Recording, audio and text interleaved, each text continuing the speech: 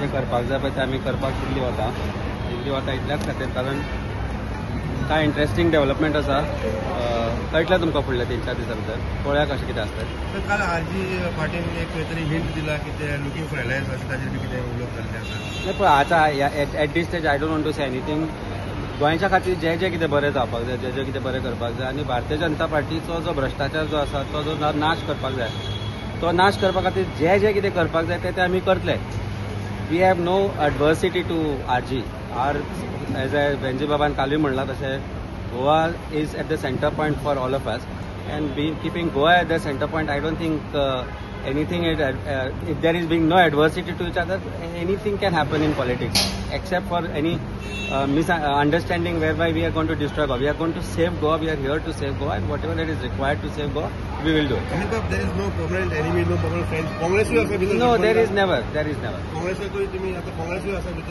no. As far as alliance is concerned, there is no further things. We'll talk about it.